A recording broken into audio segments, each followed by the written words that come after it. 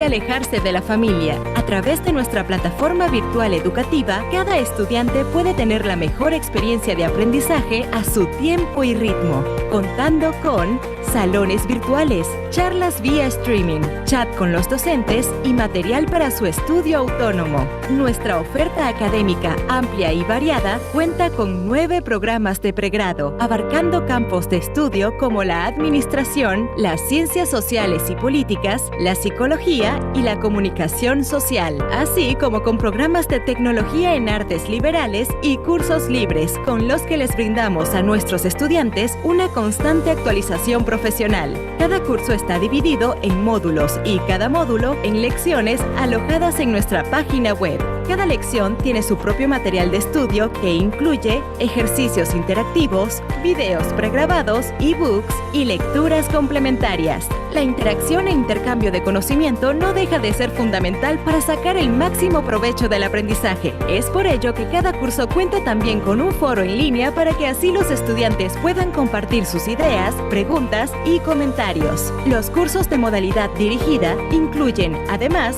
salones virtuales y sesiones en tiempo real con un instructor que monitorea y evalúa trabajos y proyectos de los estudiantes. No todo queda detrás de una pantalla. Los eventos presenciales como seminarios internacionales e inmersión en diversas lenguas y culturas forman parte de nuestras prioridades para el desarrollo de estrechas relaciones de intercambio y colaboración cultural con la sociedad. Actualmente la universidad proyecta posicionarse académicamente gracias a su incursión en múltiples campos del saber, teniendo los estudios religiosos y lingüísticos como centro de su objetivo de estudio, lo que comenzó como un sitio web para responder a las necesidades de los intérpretes y traductores oficiales en una denominación religiosa cristiana, ha evolucionado a una universidad virtual registrada por el estado de la Florida, Estados Unidos, y día a día seguimos trabajando para lograr ser una universidad pionera en todos sus programas y proyectos sociales mediante el uso integral de las nuevas tecnologías de información y comunicación. Para ser mejor profesional, no hay día ni horario. Empieza un nuevo camino en el conocimiento.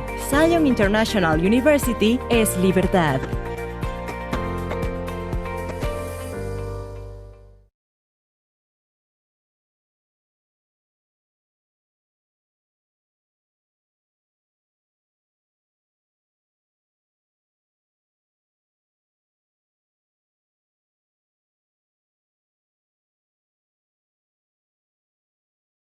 Zion International University te ofrece la oportunidad de abrazar el conocimiento, desarrollar el pensamiento crítico y tener una mejor calidad de vida. Mediante el estudio académico, la investigación multidisciplinar y el trabajo social comunitario, Zion International University busca formar individuos con un criterio integral, objetivo y humanístico, que puedan trabajar junto a personas de diversas creencias y prácticas religiosas en un ambiente pluricultural. ¿Y quién ha dicho que no es posible estudiar ahorrando en tiempo y distancia? Con Zion International University es posible estudiar desde cualquier lugar del mundo en los horarios propios y sin preocuparse por los difíciles horarios del trabajo o por tener que alejarse de la familia. A través de nuestra plataforma virtual educativa, cada estudiante puede tener la mejor experiencia de aprendizaje a su tiempo y ritmo, contando con salones virtuales, charlas vía streaming, chat con los docentes y material para su estudio autónomo. Nuestra oferta académica amplia y variada cuenta con 9 programas de pregrado, abarcando campos de estudio como la administración, las ciencias sociales y políticas, la psicología y la comunicación social, así como con programas de tecnología en artes liberales y cursos libres, con los que les brindamos a nuestros estudiantes una constante actualización profesional. Cada curso está dividido en módulos y cada módulo en lecciones alojadas en nuestra página web. Cada lección tiene su propio material de estudio que incluye ejercicios interactivos, videos pregrabados, ebooks y lecturas complementarias. La interacción e intercambio de conocimiento no deja de ser fundamental para sacar el máximo provecho del aprendizaje. Es por ello que cada curso cuenta también con un foro en línea para que así los estudiantes puedan compartir sus ideas, preguntas y comentarios. Los cursos de modalidad dirigida incluyen, además, salones virtuales y sesiones en tiempo real con un instructor que monitorea y evalúa trabajos y proyectos de los estudiantes. No todo queda detrás de una pantalla. Los eventos presenciales como seminarios internacionales e inmersión en diversas lenguas y culturas forman parte de nuestras prioridades para el desarrollo de estrechas relaciones de intercambio y colaboración cultural con la sociedad. Actualmente la universidad proyecta posicionarse académicamente gracias a su incursión en múltiples campos del saber, teniendo los estudios religiosos y lingüísticos como centro de su objetivo de estudio, lo que comenzó como un sitio web para responder a las necesidades de los intérpretes y traductores oficiales en una denominación religiosa cristiana, ha evolucionado a una universidad virtual registrada por el estado de la Florida, Estados Unidos, y día a día seguimos trabajando para lograr ser una universidad pionera en todos sus programas y proyectos sociales mediante el uso integral de las nuevas tecnologías de información y comunicación. Para ser mejor profesional, no hay día ni horario. Empieza un nuevo camino en el conocimiento. Zion International University es libertad. Zion International University te ofrece la oportunidad de abrazar el conocimiento, desarrollar el pensamiento crítico y tener una mejor calidad de vida. Mediante el estudio académico, la investigación multidisciplinar y el trabajo social comunitario, Zion International University busca formar individuos con un criterio integral, objetivo y humanístico, que puedan trabajar junto a personas de diversas creencias y prácticas religiosas en un ambiente pluricultural. ¿Y quién ha dicho que no es posible estudiar ahorrando en tiempo y distancia? Con Zion International University es posible estudiar desde cualquier lugar del mundo en los horarios propios y sin preocuparse por los difíciles horarios del trabajo o por tener que alejarse de la familia. A través de nuestra plataforma virtual educativa, cada estudiante puede tener la mejor experiencia de aprendizaje a su tiempo y ritmo, contando con salones virtuales, charlas vía streaming, chat con los docentes y material para su estudio autónomo. Nuestra oferta académica amplia y variada cuenta con 9 programas de pregrado, abarcando campos de estudio como la administración, las ciencias sociales y políticas, la psicología y la comunicación social, así como con programas de tecnología en artes liberales y cursos libres con los que les brindamos a nuestros estudiantes una constante actualización profesional. Cada curso está dividido en módulos y cada módulo en lecciones alojadas en nuestra página web. Cada lección tiene su propio material de estudio que incluye ejercicios interactivos, videos pregrabados, ebooks y lecturas complementarias. La interacción e intercambio de conocimiento no deja de ser fundamental para sacar el máximo provecho del aprendizaje. Es por ello que cada curso cuenta también con un foro en línea para que así los estudiantes puedan compartir sus ideas, preguntas y comentarios. Los cursos de modalidad dirigida incluyen, además, salones virtuales y sesiones en tiempo real con un instructor que monitorea y evalúa trabajos y proyectos de los estudiantes. No todo queda detrás de una pantalla. Los eventos presenciales como seminarios internacionales e inmersión en diversas lenguas y culturas forman parte de nuestras prioridades para el desarrollo de estrechas relaciones de intercambio y colaboración cultural con la sociedad. Actualmente la universidad proyecta posicionarse académicamente gracias a su incursión en múltiples campos del saber, teniendo los estudios religiosos y lingüísticos como centro de su objetivo de estudio, lo que comenzó como un sitio web para responder a las necesidades de los intérpretes y traductores oficiales en una denominación religiosa cristiana, ha evolucionado a una universidad virtual registrada por el estado de la Florida, Estados Unidos, y día a día seguimos trabajando para lograr ser una universidad pionera en todos sus programas y proyectos sociales mediante el uso integral de las nuevas tecnologías de información y comunicación. Para ser mejor profesional, no hay día ni horario. Empieza un nuevo camino en el conocimiento. Zion International University es libertad.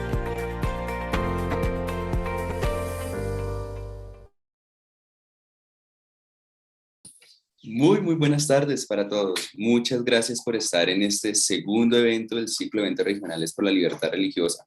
Espero se encuentren muy bien. Nos encontramos transmitiendo por medio de las redes sociales de la universidad y por medio del YouTube de Sion TV. Muchas gracias por sacar este espacio esta tarde para este grandioso evento, un evento sin precedentes, el segundo de 6 eventos abiertos y gratuitos para todos de nuestros espectadores que se encuentran en nuestras redes sociales. Primeramente, damos un grato agradecimiento a las regiones que en estos momentos nos abrieron las manos, los brazos para poder entrar en ellas, que sería Valle del Cauca, Cundinamarca y Tolima. Igualmente, en esta transmisión nos encontramos de diferentes partes del mundo, desde Europa, América, Asia, Oceanía, diferentes partes del mundo nos encontramos conectados en esta transmisión. Les agradecemos a todos. Vamos a iniciar este grandioso evento. Les voy a hacer primeramente un reconocimiento a una de nuestras grandes alianzas que tenemos, que es la revista Acción Internacional, por medio de nuestra directora comercial Sandra Carmona, y allí pues también nos encontramos con los pastores, copastores, distribuidores de apoyo, coleccionistas y lectores. Igualmente a nuestras mesas de diversidad religiosa, a los enlaces de asuntos religiosos, delegados ideológicos y los líderes religiosos que se encuentran en estos momentos conectados en la transmisión. Primeramente les quiero hacer una pregunta muy importante, y mientras responden la pregunta les voy a colocar un audio de nuestro rector Iván Darío Moreno. ¿Qué es la libertad religiosa para cada uno de ustedes? Mientras que lo responden en el chat, les voy a compartir un video de nuestro rector Iván Darío Moreno. Zion International University te ofrece la oportunidad de abrazar el conocimiento, desarrollar el pensamiento crítico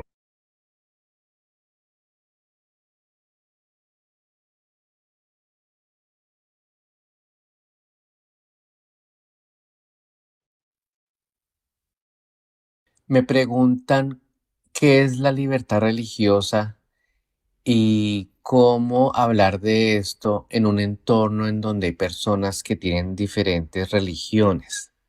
Eso es una pregunta muy importante y me gustaría que todos pongan mucha atención porque la libertad religiosa se ha vuelto una política pública.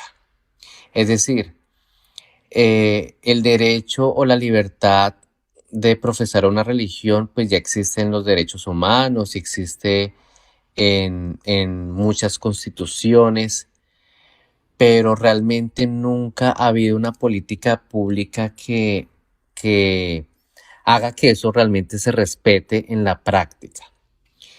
Pero en general lo que dice la libertad religiosa es que toda persona tiene derecho a creer o a no creer en alguna religión o en alguna creencia, ¿sí? Es decir, ahí entran todas las personas, desde el ateo que no cree en digamos que no cree en la existencia de un Dios como si lo haría un teísta, es decir, alguien que sí cree, y pues todas esas diferentes maneras de concebir a esa deidad, ¿sí? Es decir, en la libertad religiosa entran todas las personas, todas las creencias. Eso hace de que se complique un poco más la política, porque hace que todos nosotros tengamos que buscar una manera de convivir entre nosotros sin importar lo que creamos. Así no creamos en nada, tenemos que convivir y tenemos que convivir en una sociedad de forma armoniosa, donde no haya violencia simplemente porque usted no cree lo mismo que yo creo. Entonces, si realmente esto es una política pública, pues todos hacemos parte de ella y todos tenemos que hacer respetar esa política pública. ¿Y cómo lo vamos a hacer? Pues sencillamente tenemos que entender que la religión o lo que nosotros creemos sobre lo trascendental, lo divino, o si nosotros no creemos nada de eso, eso tiene que ser algo íntimo de la persona que nosotros no podemos, digamos que, indagar sobre eso, por un lado. Y por otro lado, nosotros no podemos imponer nuestras creencias a otra persona. Una cosa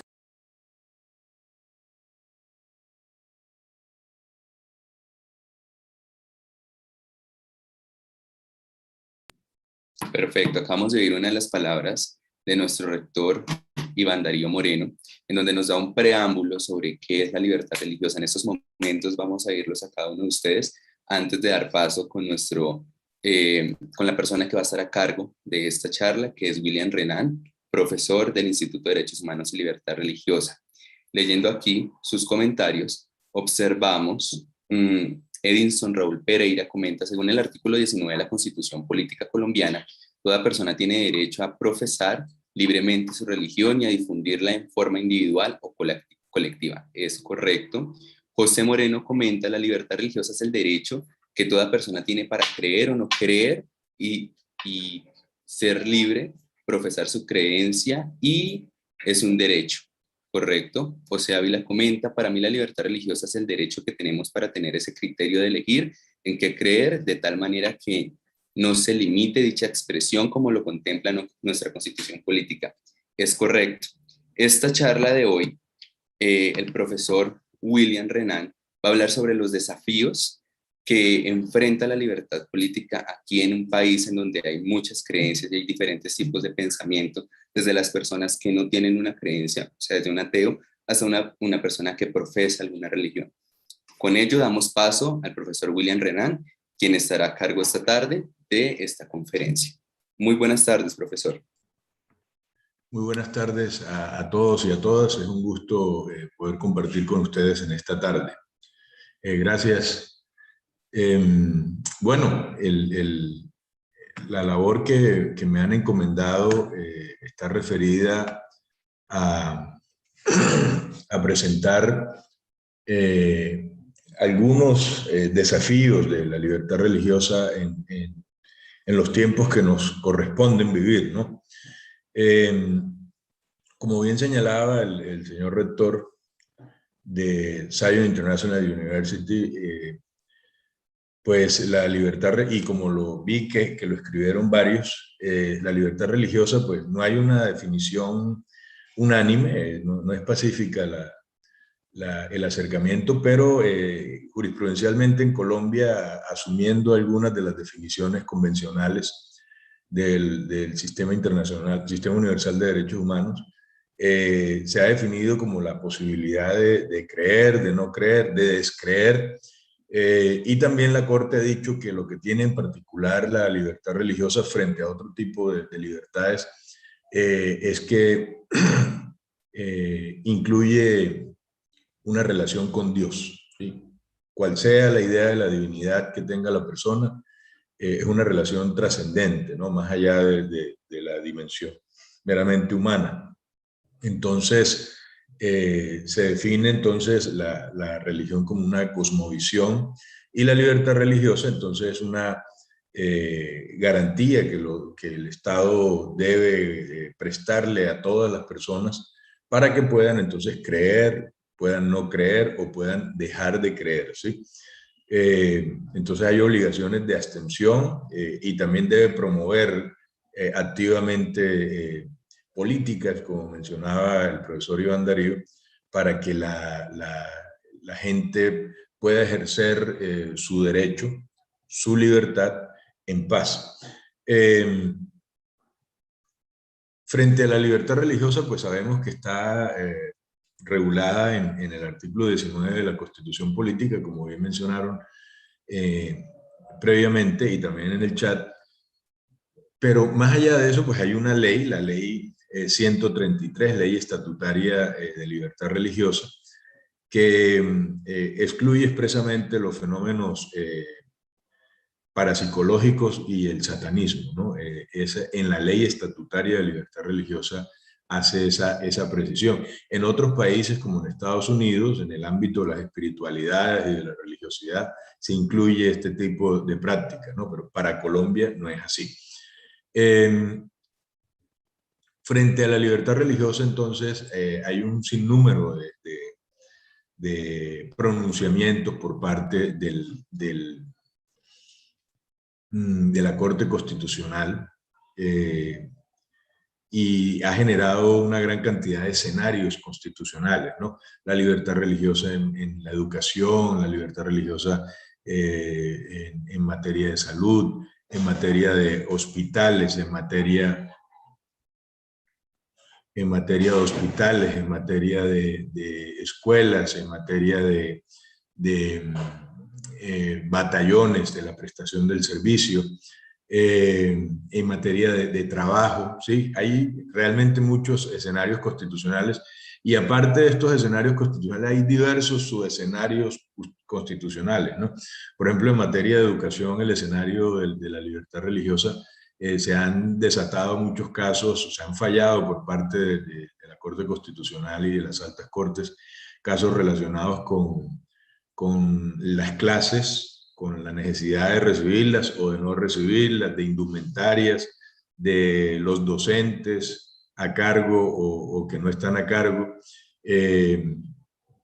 Y eso pues genera una gran complejidad en el acercamiento a los temas de la libertad religiosa.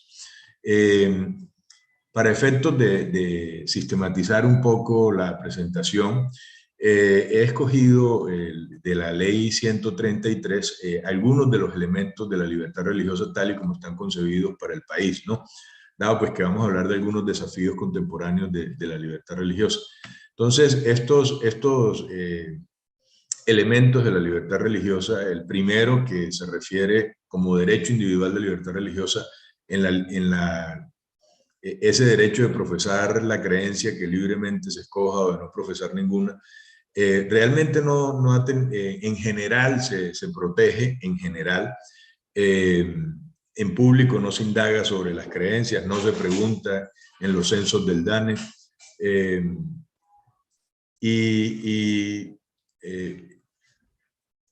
Y el material que se entrega habitualmente en encuestas no pregunta por estos asuntos. Es diferente, por ejemplo, como se hace en el Perú. En el Perú se hizo un censo nacional recientemente y tienen la información de la afiliación religiosa de la gente con bastante exactitud, ¿no? Sin embargo, si las personas quieren hablar públicamente de su filiación, pues no tienen problema con eso. Hay dificultades, por supuesto, en la posibilidad de profesar las creencias o de no profesarlas en establecimientos educativos, pero ya hablaremos puntualmente en el elemento de la libertad religiosa relacionado con la educación. Encontramos también el literal B del artículo 6 de la ley 133, que señala que el derecho de practicar individual o colectivamente, en privado o en público, esos actos litúrgicos de los que participan los diferentes miembros de las iglesias y de las confesiones, así como no ser afectado o perturbado, han tenido algunas restricciones en las entidades territoriales.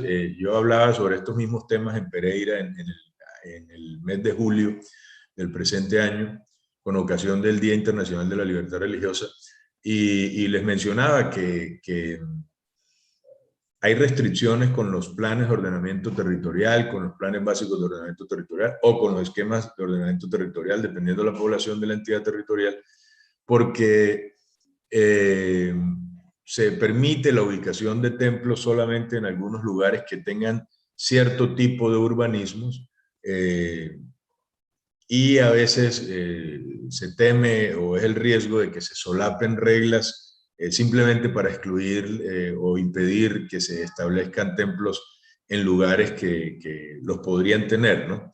En lugares que los podrían tener, pero no siempre es tan transparente la definición de estas reglas, así sea que lo hagan involuntariamente, pero termina entonces excluyendo dentro de los usos autorizados en el ordenamiento urbanístico la localización de templos, ¿no? Esto tengámoslo presente porque cuando se discuten estos asuntos habitualmente con la actualización de los POT no se está considerando las restricciones que se ejercen sobre los creyentes, ¿no?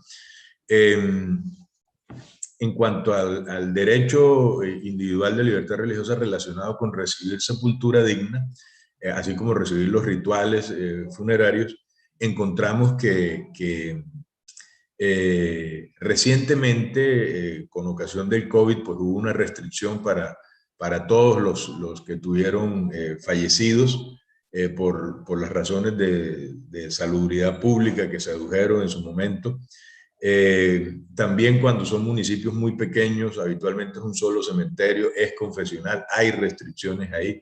En zonas rurales no hay, y problemas de ministros de las diferentes confesiones, pues eso depende del tamaño de la iglesia, de la confesión a la que perteneciera el creyente. Entonces, este tipo de situaciones sí se dan en Colombia, se siguen presentando, aunque en las ciudades tiene menor dificultad, ¿sí?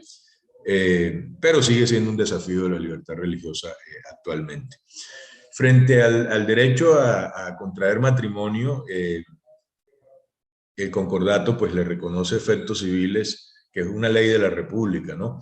Le reconoce efectos civiles al matrimonio católico, y con el convenio de derecho público interno firmado en 97, 98, que es reglamentario de la ley 133 estatutaria de libertad religiosa, permite que las iglesias que hayan pedido que se les confieran efectos civiles al matrimonio, pues que los tengan, ¿no? Y ese matrimonio religioso, entonces, es la base para el registro civil. El tema es que se cerró ese convenio, ya la Corte ordenó que se abriera otro permanentemente la posibilidad de firmar convenios de derecho público interno de las diferentes iglesias y confesiones, de las nuevas que hayan surgido de finales de la década de 1990, y además de las que en ese momento no quisieron firmarlo, pero que ahora consideran que es necesario, ¿no?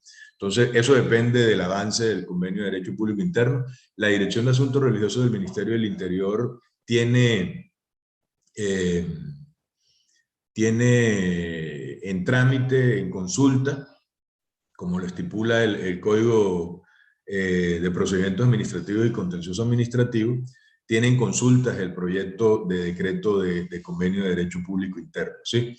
Es importante que esto se firme por las diferentes confesiones para que puedan entonces no solamente establecer efectos a sus liturgias que afectan el estado civil, sino otro tipo de intereses que las instituciones religiosas habitualmente deben tener asegurados en sus relaciones con el Estado.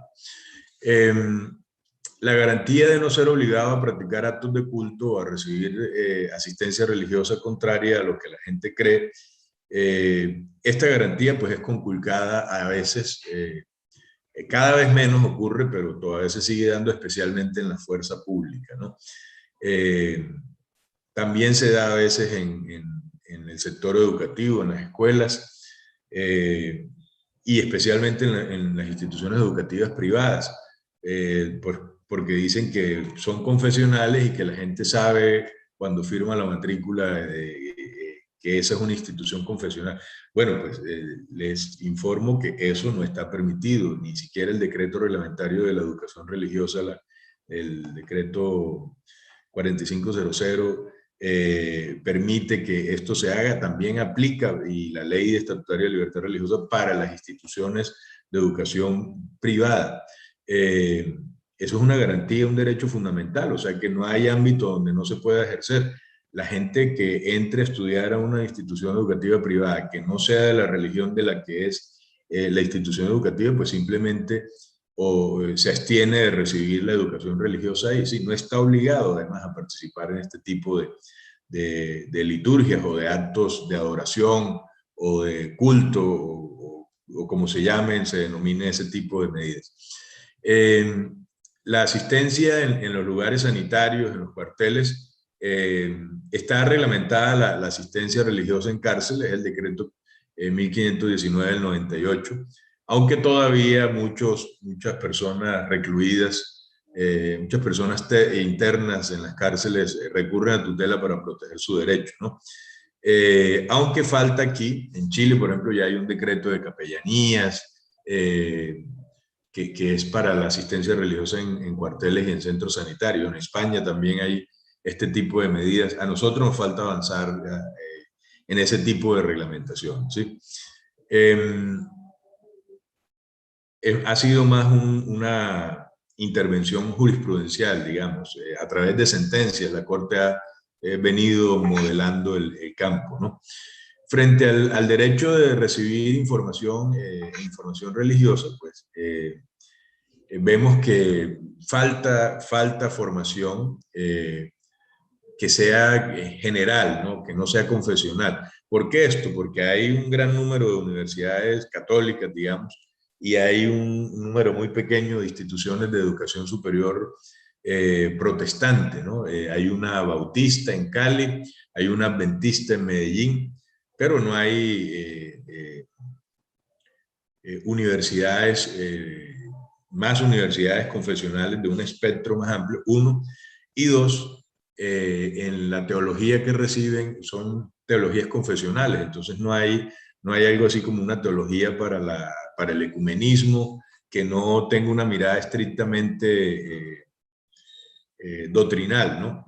Eso es imposible, todas las teologías tienen algún enfoque en particular, de eso soy absolutamente consciente, pero se puede pensar dentro de la formación de los teólogos, de cursos de historia general y de política religiosa comparada y de sociología de las religiones en general, pues para fomentar la interconfesionalidad y que no tengan un enfoque marcadamente confesional los profesionales que se forman en las áreas de las ciencias religiosas.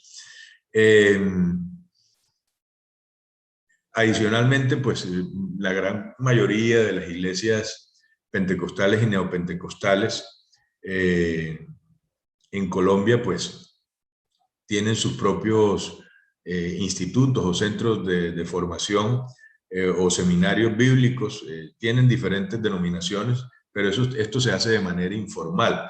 Entonces, el que necesite ese tipo de formación, pues necesita tener a alguien que haya sido entrenado o formado adecuadamente dentro de la tradición o el enfoque confesional de la preferencia, ¿no? Tengámoslo presente. Entonces, no es exactamente un déficit por parte del Estado, sino es una característica de la sociedad y del propio sector religioso que debe formalizar los procesos de formación de los ministros o de las personas que enseñan religión. El derecho individual relacionado con el deber de poder elegir para los menores y para los menores que estén a su cargo, sus hijos, sus dependientes, o las mismas personas, qué tipo de religión van a recibir,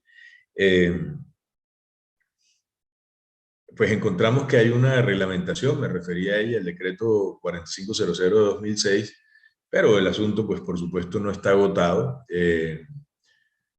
Ahí hubo una convocatoria también en el sector educativo para efectos de generar un currículo como ecuménico.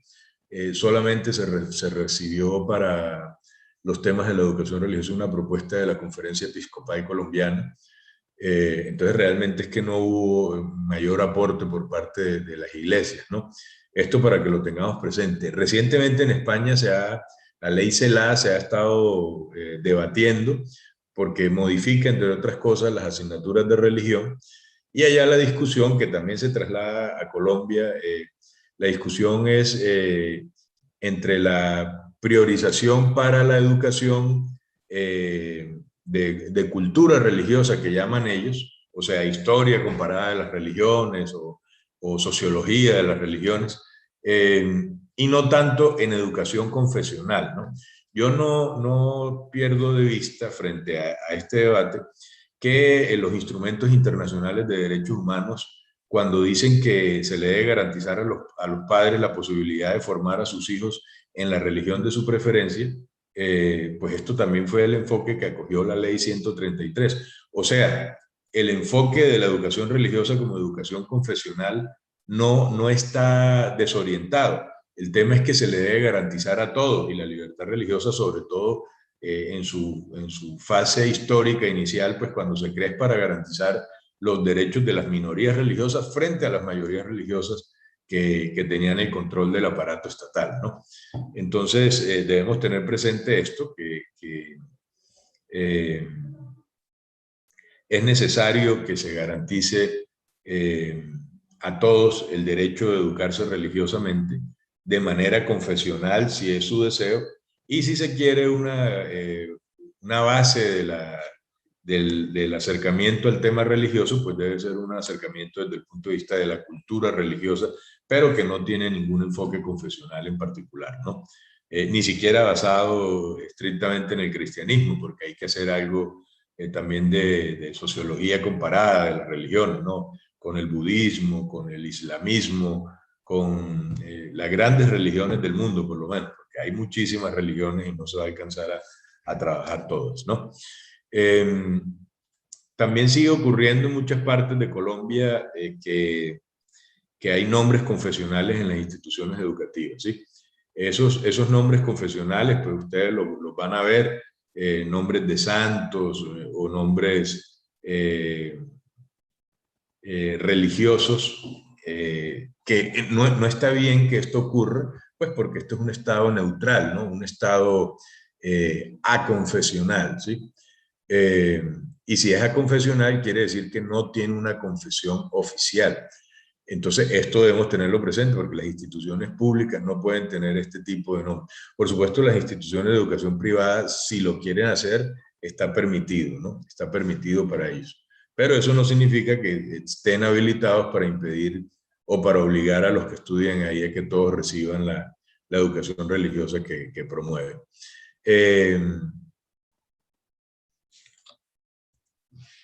El derecho a no ser impedido por motivos religiosos para acceder al trabajo tiene un componente de exigencia de la certificación de idoneidad de la iglesia o de la confesión.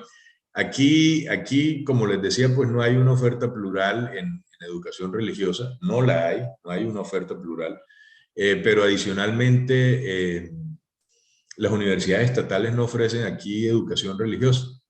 Y parece que hemos normalizado el asunto, lo hemos naturalizado. Sí, es normal que la educación pública no se tenga educación religiosa, pero ¿y por qué no? En las universidades de Alemania pues hacen formación y se gradúan como teólogos. Eso no tiene ningún problema, eso ocurre en universidades de sistemas universitarios mucho más avanzados que el colombiano. Entonces no lo tenemos, yo creo que es como un rezago del anticlericalismo y de la antirreligiosidad que se vivió en algunas fases de la historia nacional y que encontró en las universidades un buen caldo de cultivo para este tipo de prácticas discriminatorias, ¿sí?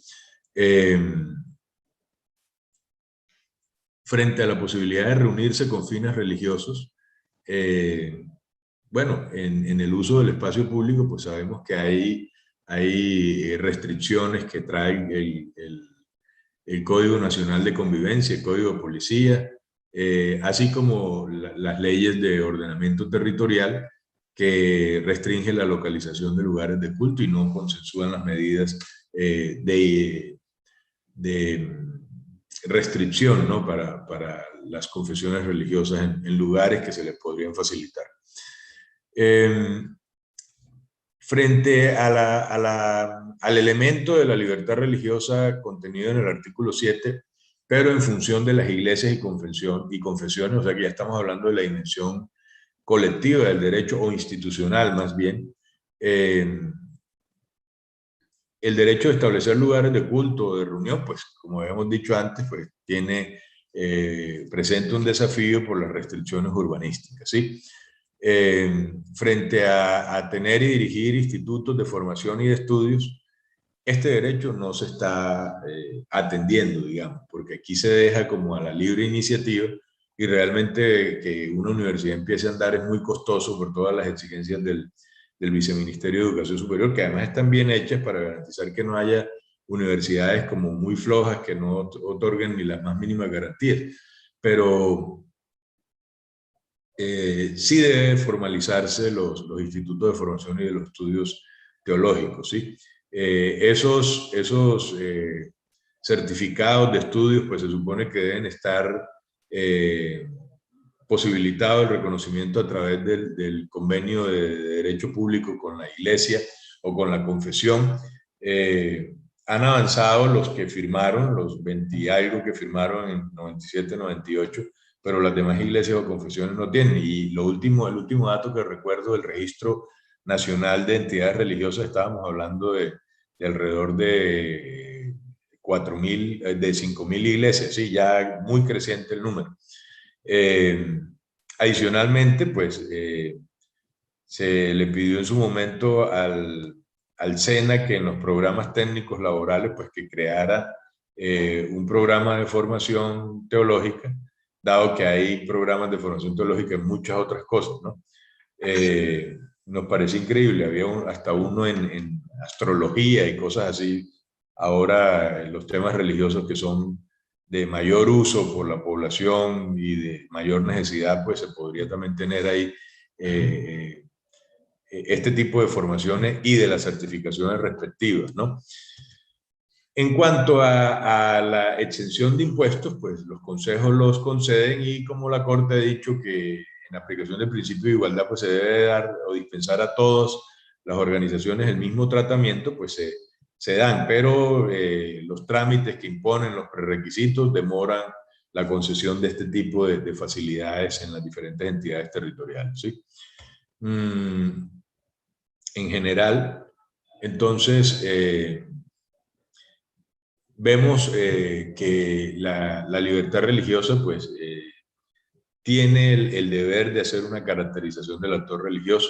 Para la formulación de la política pública del sector religioso, de la libertad religiosa, se recogió información.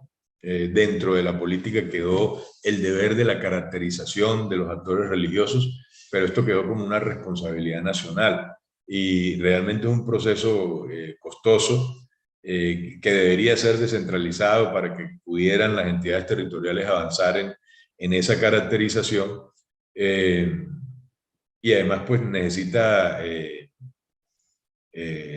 recursos que se inviertan en el tema y realmente los recursos disponibles desde el nivel nacional en la política son más bien bajos, ¿no? Muy bajos, digamos. No hay mayor divulgación de modelos analíticos que evalúen los aportes del sector social, los aportes del sector religioso al conjunto de la sociedad. En cambio, ustedes van a encontrar, por ejemplo, en Estados Unidos, de RAM, de Green, así como suena, GRIM, donde estos autores hacen evaluaciones del aporte del sector religioso al conjunto de la sociedad en prevención de suicidios, en fortalecimiento de los lazos matrimoniales, en el caso de arborización, de cursos y formación y entrenamiento para el empleo, en prevención de consumo de sustancias psicoactivas. Son muchísimas las áreas. Yo contaba en alguna ocasión las diferentes áreas que cubre estos estudios de la Universidad Norteamericana sobre los aportes del actor religioso a la sociedad norteamericana y veía casi 50 áreas en las que hay aportes, ¿no? En Colombia pues se sigue dando, vemos que, por ejemplo, con la atención de la emergencia migratoria, muchas iglesias han estado atendiendo a esta población a falta del acompañamiento del Estado o en ocasiones en compañía del Estado de la cooperación internacional. Entonces realmente sigue siendo muy activo el papel de las diferentes iglesias y del actor religioso y lo citan en los conflictos para que medien y hay actores religiosos que siguen teniendo siguen siendo objeto de la confianza por parte de los actores sociales, ¿no? Otro desafío que pienso yo que debe tenerse en cuenta es el desafío del prejuicio ilustrado, que llamo yo. El prejuicio ilustrado tiene que ver con el pensamiento de la Ilustración, que en su origen francés llevó a la Revolución y en su fase jacobina empezó a exigir y a juramentar a los sacerdotes católicos en ese momento que debían jurar lealtad a la República y después entonces se creó una religión civil en esa Revolución Francesa.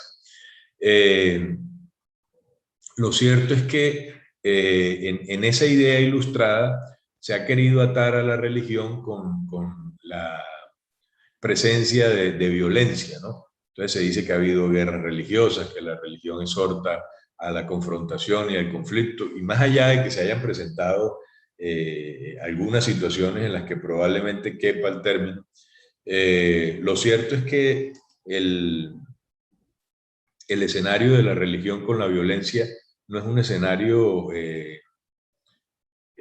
probado en todos los casos, ¿no? Son situaciones que se presentan en ocasiones y muchas veces se alude a razones de carácter religioso, pero esconde razones de orden político o económico o de animadversiones antiguas que buscan camuflarlo bajo el tema de activismo religioso, ¿sí? O de intereses religiosos, que lo demuestra Karen Armstrong, la historiadora y socióloga de las religiones, y William Cavanagh en su libro sobre el mito de la violencia religiosa, ¿sí?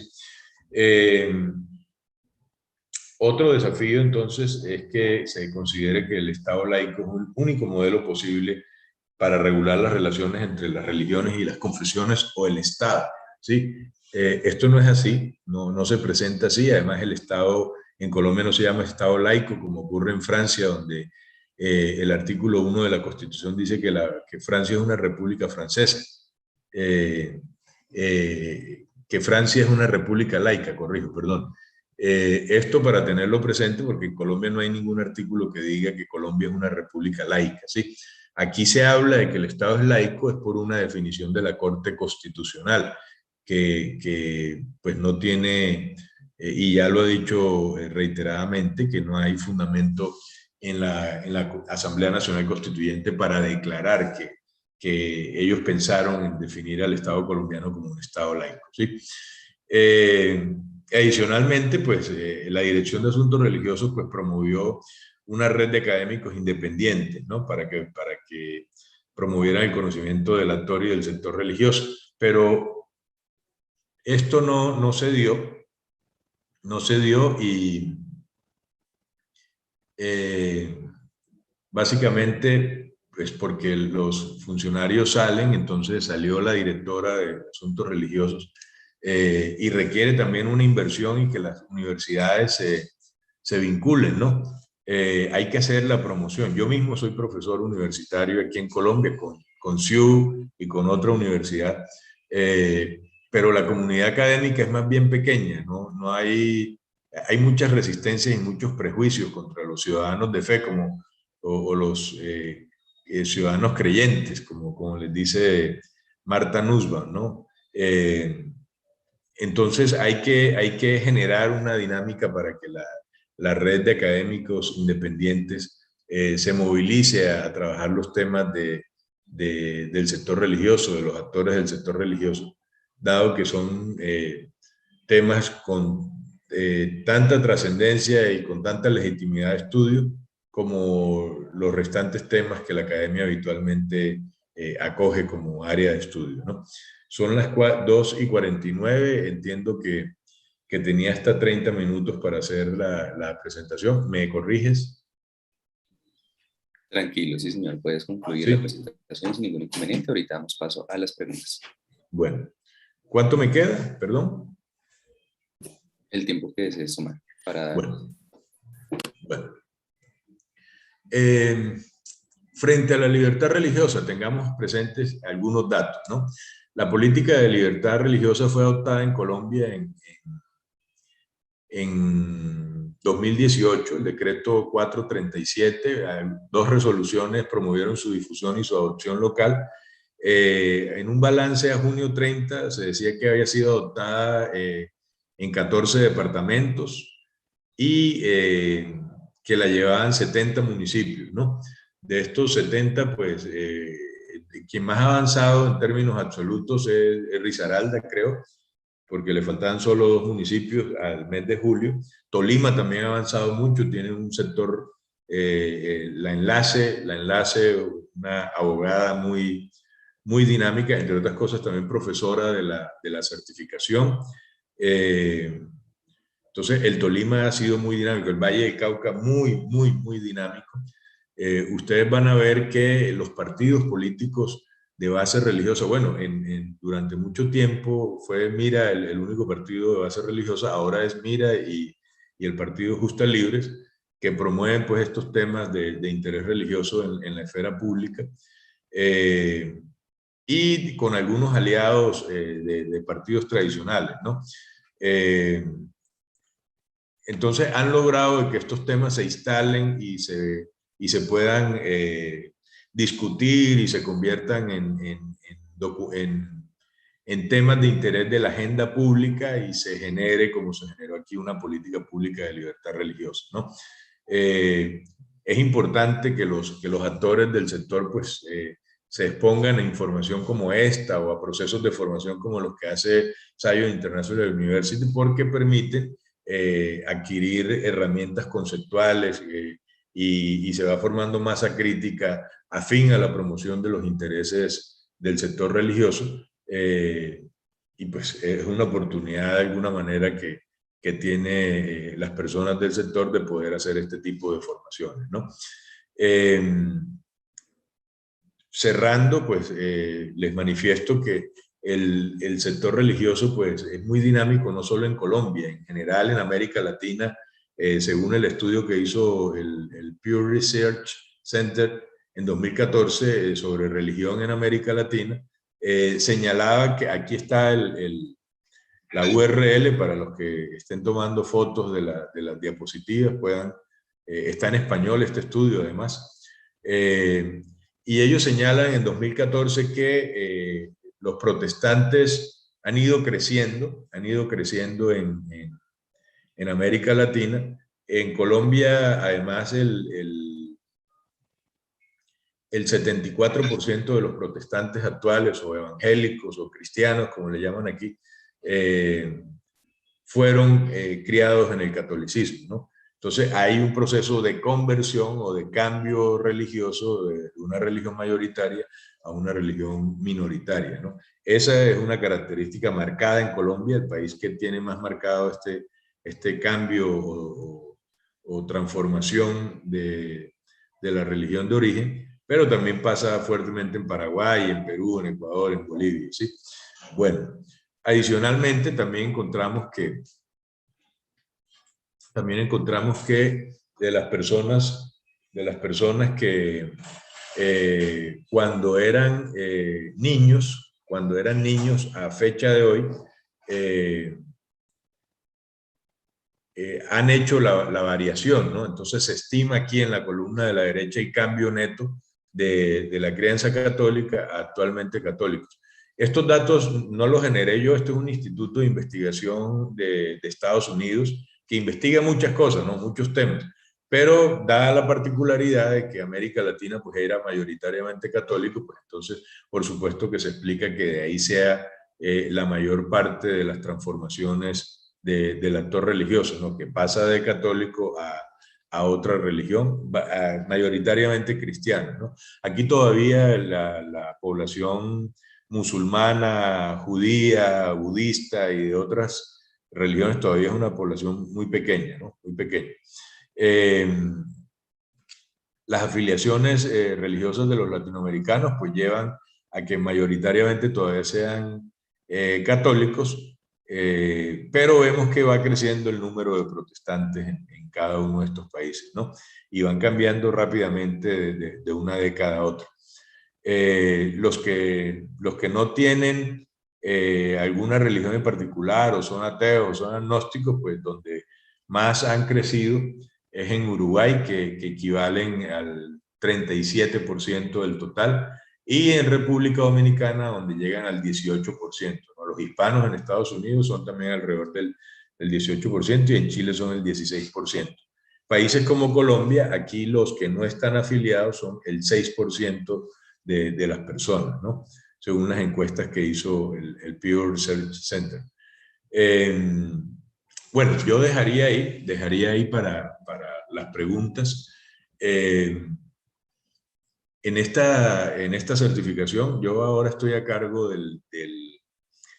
del curso de Fundamentos Jurídicos de la Libertad Religiosa, pero cuando me vinculé en la primera cohorte, porque ya lleva varios años funcionando, hay gente de diferentes iglesias, de diferentes confesiones, y hay cursos sobre historia y sobre la filosofía, la epistemología, la sociología de la religión. Entonces, realmente da muchos instrumentos y le permite a uno el acceso a bibliografía que puede ir accediendo y enterándose. Entonces, es muy formativo, permite generarse como un criterio y permite formarse una idea de las dinámicas de cambio del sector, ¿sí?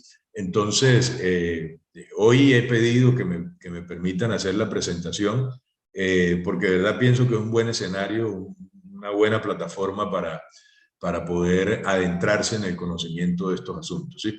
Les agradezco su atención y estoy abierto a los interrogantes que a bien tengan hacer. Muchas gracias, profesor William. Perfecto. Entonces ya tenemos algunas preguntas aquí en el chat que las personas han realizado en el transcurso de la conferencia. La primera la realiza Isabel Cristina Calderón. Dice, buenas tardes, una pregunta. ¿Qué significa la palabra confesional? ¿Es lo mismo que católico? No, confesional se refiere a que eres de una confesión, ¿no? Entonces, si el Estado es confesional, quiere decir que el Estado promueve una confesión en particular. Entonces, Inglaterra o Reino Unido es confesional.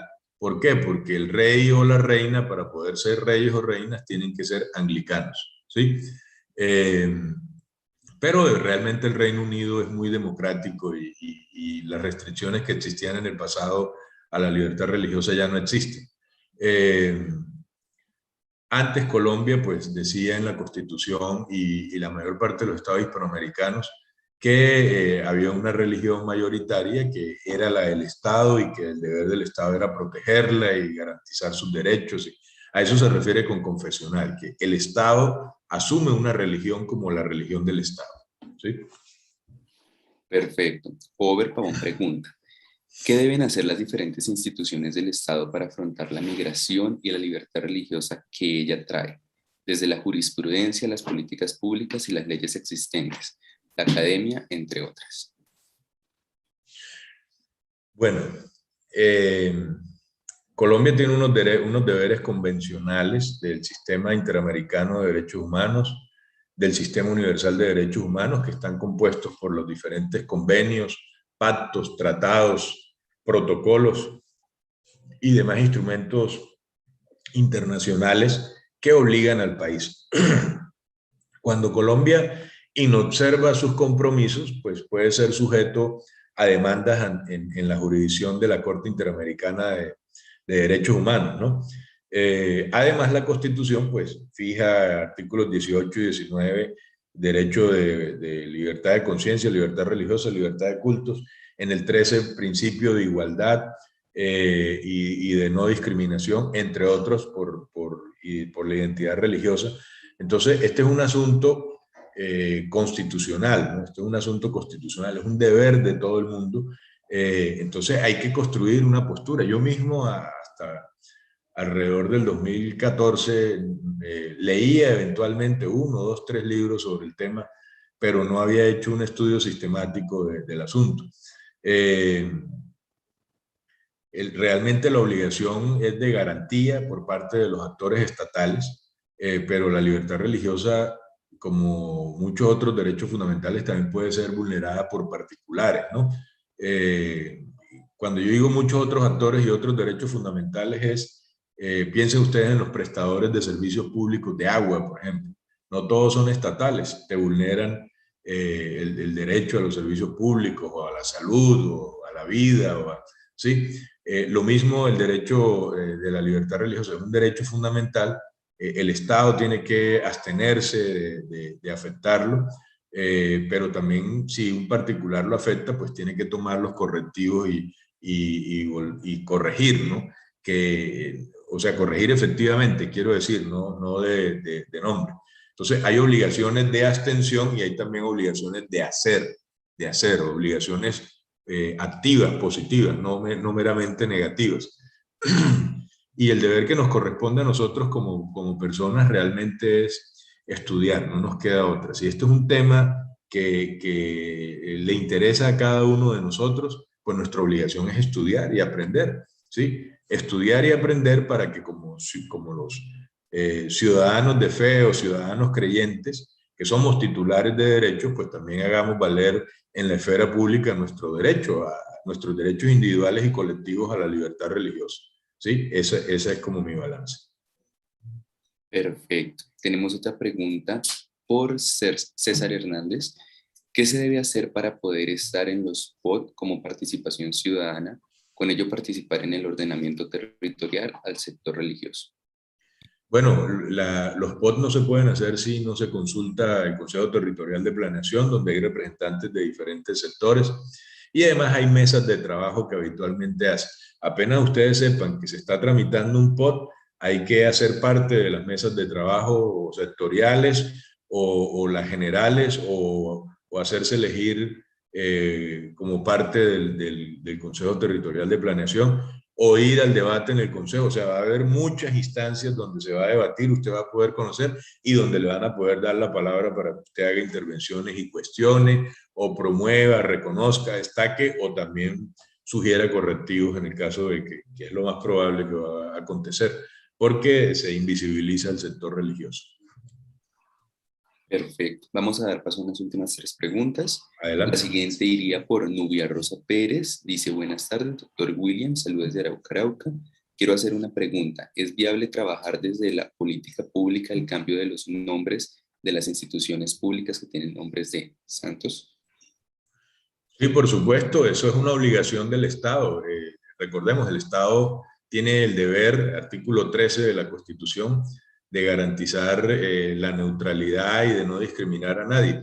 Esto se tiene que hacer a través de solicitudes directas a los responsables del sector educativo, las secretarías de educación de las entidades territoriales certificadas en educación. Son 95 en todo el país, de distritos, municipios, no, de distritos, de algunos municipios y de departamentos. Aprovecho, saludo a la gente de Arauca, donde estuve acompañando precisamente un proceso de formulación de la política de libertad religiosa que avanzaba por parte del municipio, y estuvimos hablando también de estos temas de libertad religiosa. Perfecto. Yo creo que aquí vamos con la última pregunta por José Ferney. Buenas tardes. El ordenamiento territorial de los municipios es muy restrictivo para la constitución de templos y las normas de uso de suelos no permiten la construcción total del lote, además de exigir lugares para parqueaderos. ¿Podría oficiarse desde el Ministerio del Interior a los órganos planificadores del municipio la necesidad de habilitar procesos menos restrictivos para la libertad religiosa? Yo pensaría que esto exige ese tipo de medidas que José Ferney está proponiendo, porque si bien hay autonomía de las entidades territoriales y la ordenación del territorio es una competencia de las entidades territoriales, las reglas no pueden ser restrictivas al punto que hagan nugatorio el derecho, y más considerando pues que muchas de las instituciones religiosas pues son pobres de solemnidad, ¿no? Tienen unas finanzas muy precarias, digamos, y entonces condenan a construir los templos realmente en lugares donde el suelo está más desvalorizado, y excluye entonces al sector religioso de lugares donde impongan muchas cargas urbanísticas, ¿no? Sí pienso que debería haber un acompañamiento desde la Dirección de Asuntos Religiosos. Hay un profesional allá, se llama John Freddy Osorio, un ingeniero civil además, que hizo una maestría, una tesis de maestría muy interesante, donde habla de este tema del ordenamiento territorial y la libertad religiosa. Él es un profesional vinculado a la Dirección de Asuntos Religiosos. O sea, hay gente que tiene formación dentro de la Dirección de Asuntos Religiosos que podría acompañar estos procesos. Y debe haber la decisión política, ¿no? Por parte de los responsables de hacer este tipo de acompañamiento, pues porque a veces hay como mucha falta de información por parte de los actores estatales del nivel local. Precisamente estos escenarios de formación hacen que el actor religioso pues tenga una mayor densidad argumentativa y pueda de alguna manera defender mejor sus intereses individuales o colectivos, ¿no? Y como les decía, pues he visto personas de diferentes iglesias o confesiones haciendo esta certificación en el pasado reciente, ¿no? Para de pronto no dejar ninguna pregunta suelta, Mario Edward hace una última pregunta. ¿Cuáles son los grandes desafíos que deben cumplir el sector religioso en la política cuando su relación es estrecha desde el colegio y universidad en su enseñanza? Cuando sus relaciones estrechas, ¿qué? ¿Me podrías? Lo último, que no escuché bien. Es estrecha desde el colegio y universidades en su enseñanza. Ah, sí, sí, el asunto es que nos falta avanzar en los temas de la educación para garantizar la libertad religiosa, ¿no? Y eso, aunque se supondría que sería una responsabilidad de cada padre, realmente es una responsabilidad sectorial. Todos los actores del sector, independientemente de la confesión a la que se pertenezca, deben hacer mesas de trabajo y tomar decisiones de articulación conjunta para proponer medidas de cambio y de respeto a la debida neutralidad del Estado en materia religiosa, ¿no? Aquí hay mucho por hacer todavía, hay mucho por hacer y hay que construir y tender puentes entre las diferentes confesiones, entre las diferentes religiones, para que haya acciones articuladas de todas ellas frente a los desafíos que se presenten. Ese en sí es un desafío, el tender puentes, el construir consensos, ese es un desafío gigantesco, pues en el que todavía no se ha avanzado lo suficiente, digamos, ¿sí? Muchas gracias, profesor William. No, muchas Con esta gracias a última ustedes. pregunta damos finalizada la conferencia. Sin embargo, vamos a dar un último paso. José Fernando Guerrero, director comercial del Instituto de Derechos Humanos y Libertad Religiosa de Zion International University. Muy buenas tardes, José, ¿cómo está? Muy buenas tardes, Camilo. Muy buenas tardes, doctor William. Bueno, muchas gracias, doctor. Una clase magistral de libertad religiosa. Gracias a todas las regiones que en esta tarde nos acompañaron en esta gran ponencia, pues del doctor, un especialista en el tema y que más pues poderlos invitar y animarlos a todos los que asistieron a las regiones de Tolima, Cundinamarca y se me va la otra, Valle del Cauca, perdón, para que puedan iniciar con esta certificación, esta grandiosa certificación que nos va a permitir pues adquirir todas esas herramientas en materia a la certificación en libertad religiosa. Bueno, excusar nuevamente primero que todo pues al director del Instituto de Derechos Humanos, Luis Felipe Guerrero, les manda muchos saludos, al igual que el profesor Iván Darío Moreno. Bueno, contarles que esta serie de ciclos regionales siguen. Tendremos unos cuantos más y una sorpresa en el ciclo final con una gran líder, una gran abanderada de todo este tema de libertad religiosa, bueno, de todo el tema de comunitario, político e interreligioso. Entonces, a todos los que están aquí, nos acompañen desde Panamá, un gran saludo. Por ahí una persona de Chile. Bueno, la certificación en libertad religiosa nos compete desde cualquier lugar del mundo que nos encontremos, Europa, Latinoamérica. Nada, invitarlos, este espacio es para que ustedes puedan inscribirse, para que ustedes puedan saber un poco más de la certificación. Nosotros como especialista en inscripción, pues nos encargaremos de darles un poco más de información en cuanto a estructura académica, en cuanto a las materias y asignaturas que ustedes mirarían, el tiempo de duración, los grandes descuentos y bueno, los precios que ustedes por ser esos líderes religiosos en cada uno de sus regiones, pues se les está otorgando. Creería que no siendo más, les dejaremos un link al final de mi intervención donde ustedes pueden inscribirse. También habrá un número de WhatsApp donde ustedes podrán escribirnos directamente y poder pues tener toda esta asesoría especializada en el tema.